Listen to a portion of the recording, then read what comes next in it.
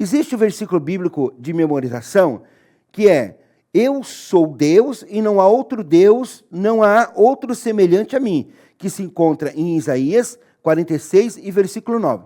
Todo o encontro das cores, nós trabalhamos muito a memorização de versículos. Então você vai trazer o versículo, né, numa folha. Olha a ideia que eu trago, tão simples, né?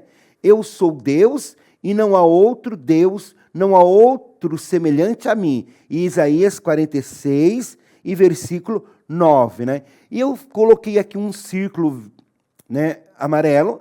Por quê? Porque Deus é como se fosse um círculo, né? Um círculo não tem começo e nem fim. E assim é Deus. Ele é o alfa e o ômega, né? E aqui o amarelo significa a perfeição de Deus. Então você vai estar trabalhando o versículo bíblico de memorização desta maneira, ok? É uma ideia que eu trago para vocês.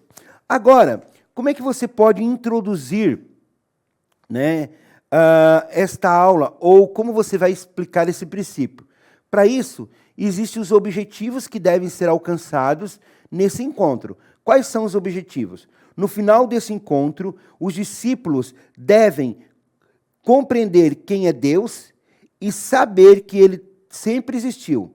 Conhecer os seus atributos morais, né, que são atributos comunicáveis, naturais, e os atributos incomunicáveis, especificamente a onisciência, onipresença e onipotência. Então, aqui você vai, né, trabalhar mais os atributos incomunicáveis de Deus, que são aqueles atributos que Deus não divide com o homem. Deus tem todo o poder, está em todo lugar e sabe todas as coisas. De que maneira você pode introduzir esse, né, assunto depois da contação da história? Você pode perguntar para as crianças: para você, quem é Deus?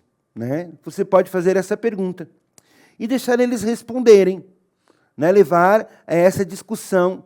E é muito interessante fazer isso.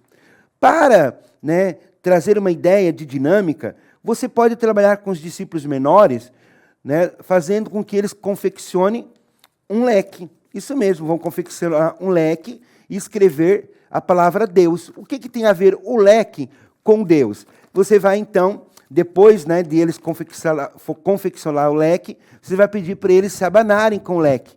E você vai dizer: o que vocês estão sentindo? E eles, né, com certeza vão responder: o vento. E daí você faz a pergunta: você vê o vento? E as crianças vão dizer: não, nós não vemos o vento. E daí você então explica que Deus é como o vento. Nós sentimos o vento, mas não vemos o vento. E Deus, nós podemos sentir Deus e não vemos Deus. Como explicar a existência de Deus, né, sem ver? E assim é como o vento. Nós não vemos Deus, mas sentimos Deus.